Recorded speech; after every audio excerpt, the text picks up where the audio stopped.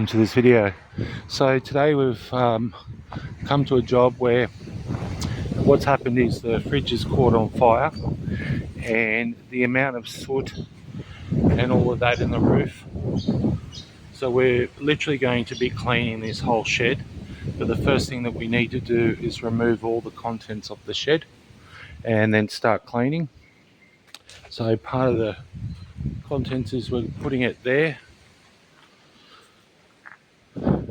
And the fire was pretty intense because up the top there on that mezzanine level there's some 25mm conduit, and the heat of that, which was pressed against the back wall just as storage, bent this conduit. So the amount of soot there is absolutely everywhere, all up there.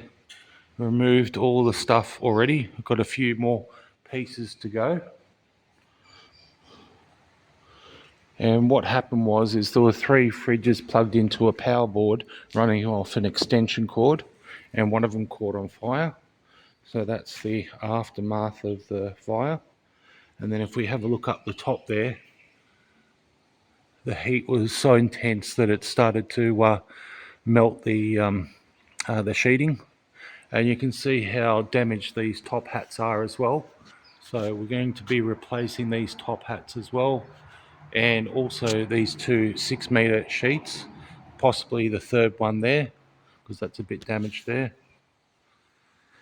But before we can do any fixing, we need to remove everything from the shed.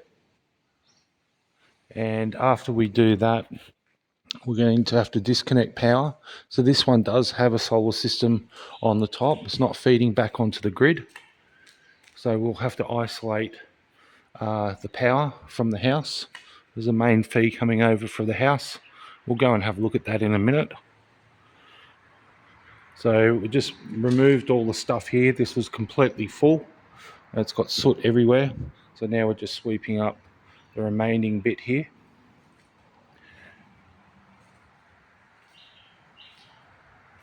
It's amazing how much one little fridge can catch on fire and create this much soot. So we'll come up here on this, we'll have a better view. So we tried pressure washing just there at the peak just to see how bad it was, and that's actually come up really good. That's why the ladder's there. So that was giving us our control to see what we were likely to expect, seeing that the fire was just there and all the smoke is going to rise. We've got a couple of wheelie birds that probably help get rid of a lot of that heat. But it was absolutely unbelievable, the heat from the fire. The conduit was on here, and if I just pan around and show you that the fridge was on fire there. So there's a big distance here. So we've cleaned out all of this now.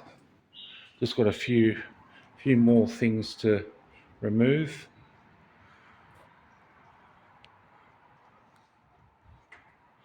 So this bit here doesn't look like it got that sooty. The fire must have been put out before then.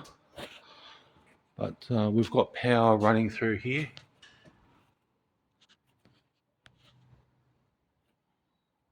I don't know if that's any of those cables are damaged.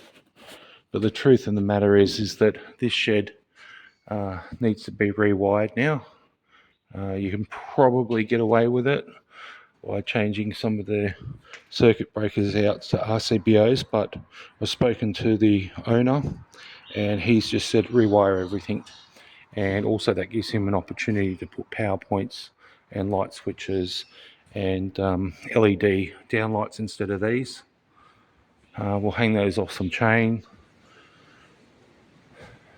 wire this shed right up again, and I was talking about putting some door openers on here, automatic door openers, and also running an inner range system in here as well. So I'll put smokies in here, piezo like sirens, and we might just go to town on this with even some access control as well. As this new owner, he's going to be here for pretty much the rest of his life. So this is a one-time deal. They've only been in here a month, and that's just happened.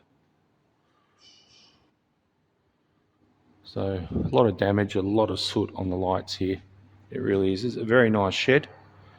You know, apparently it's a 200 mil slab here, and I believe they've used 32 MPa concrete. I'm pretty sure that's what the guy said. So it is a very nice shed. It's a shame that it wasn't just move in and clean everything down and start from there with the cobwebs and all that, and this just happened to happen. So we'll come down here. You can see how much soot is on here. It's just piled up there. I'm going to have a look at the fridge now, the one that actually burnt. I've just been cleaning the floor, moving all this stuff out. So it was just one. Even there was a LPG gas cylinder here, just around the corner too. And there was a container just there, which is melted. It's not too bad. But that was the fridge that caught on fire. And obviously that one was beside it. So just from this perspective here, we'll just have a quick look around.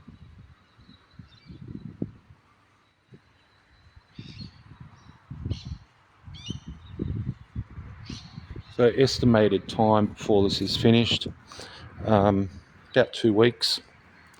So clearing out all of this stuff, and then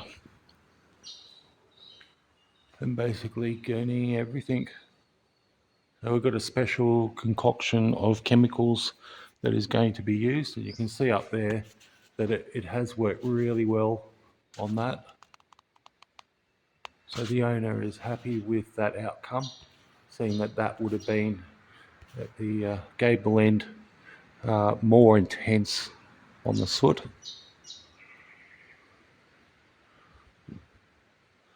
So some other guy came around and was going to give a quote, and he just did that bit there, and then no quote after that, just walked away.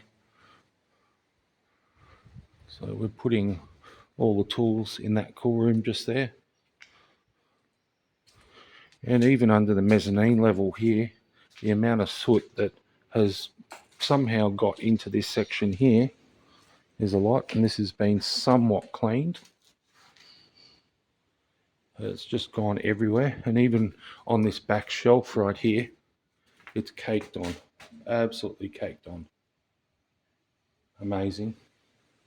There's a lot of stuff in there, all the soot. And there we have it. So this is going to be a big job. As this gets cleaner, I'll do some more videos as it progresses. It's all moving all the stuff as well.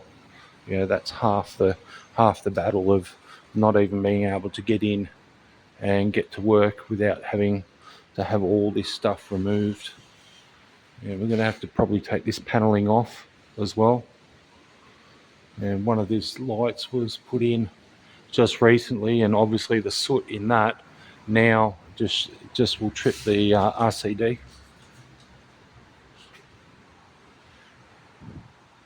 Okay, leave it like that.